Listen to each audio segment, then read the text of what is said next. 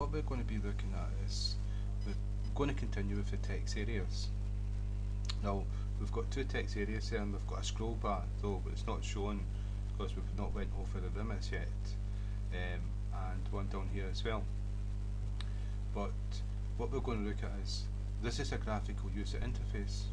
It's not actually a document. Now if you've got a document, if you do your CV and you type your CV on the screen and all the rest of it, you want to save it, you want to print it, you want to be able to send it to someone.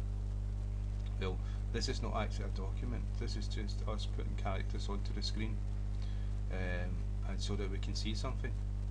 So to turn it into a document, there's a document class in Java, and so you have to get the document from a text area and assign it to an instance or a variable of type document. And so that's what I'm going to show you what to do and how to implement DocumentListener. And so that's what we're going to do. And so first we'll go to the area, that's the text area, the big white part, and we're going to add a document listener to this and turn this into a document. And so to do that, we use the document class, and we'll call it doc equals, we're not going to create a new instance of document. What we're actually going to do is we're going to get the document from the graphical user face text area and assign it to this variable doc. And to do that, we go area, we've not used the new keyword, dot get document. So get document here, and that's us got the document part of the graphical user interface, assigned it to document, and we called it doc, and now we can use it as a document. And so we need to import the document, implement document is javaswing.text. So we do that, we've assigned that now, so everything's okay. And now we need to add the action listener to the document, the text area. And so what we'll do is, the way we've done it before, is we'll add document listener to this class, and now we need to import the document listener, which is in javaswing.event, and then we'll need to implement the methods that come with the document listener. There's 3 different methods, so we'll implement this, and so you can see that we've actually imported the document listener, and now we'll implement the methods.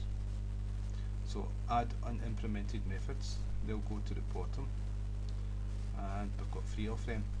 So we'll change these to, from E we'll go to D,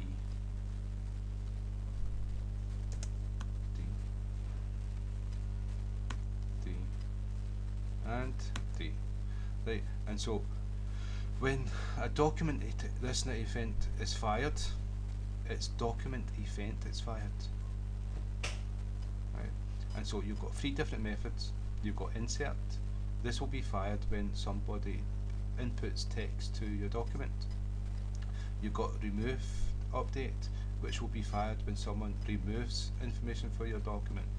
And changed update is when someone changes the attributes of your document. Right, but first what I'm going to do is to show you simple that you can do this, system.out.println, and what we can do is print out text added, and we'll cut and paste this, and text removed. And if we save this, you'll see that this action listener, this document listener is actually working, and we can manipulate certain things to do certain things with the document. And so if I add something to this document, if I move this over, so if I add, oh, there's one more thing we've got to do. If not, now we've implemented this method, now we need to add this listener to the text area. That's what we've not done. So it's up here, I've got document, we've not added the listener yet. Right, well, we've added other listeners, we'll say add listener, and this is add document listener, but we do it from the doc dot add document listener, because we've got an extra step in the document. Normally it's area dot add action listener. Well, this time it's doc add document listener, and it's this class, and we made an instance of this class F and called it F, so we're going to add F to it and semicolon. So that's us added action listener, and this is the way it would normally be done. We'd normally do area dot add action listener. Well, it's not got action listener on that, but that's what we'd normally do. This focus listener, there's all different kinds of listeners. Key listener, so that's what you would normally do, but this has got an extra step because we're using a document, and so we get area get document, a document, and then the document we add the action listener to it. So this is when the document changes. And so what we're going to do is we're going to run a program, save it, run a program. So any change here will fire a change in the document. So we've actually got a document and a graphical user interface at the same time. And so this is new text. If I move this over, you'll see that it's been added. Every time we add something, we get a new text. If we remove something, we get removed text. Right, and add. So that's those two methods working.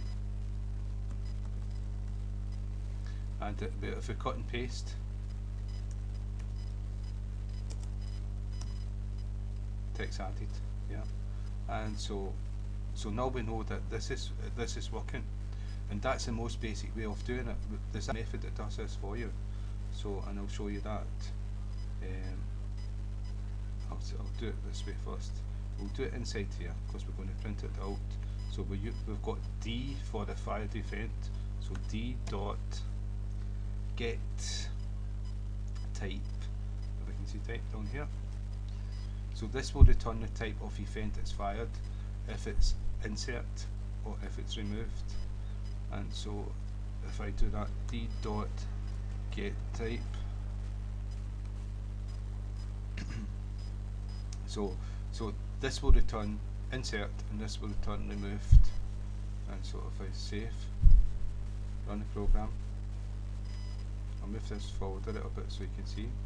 So if I type right in, insert, type another one, take one away. So we can actually manipulate that to do things with the document. But that's implementing document listener to the graphical user interface text area. So again, thank you for your time, and if that's helped at least one person, then I'm happy. Right, thank you very much.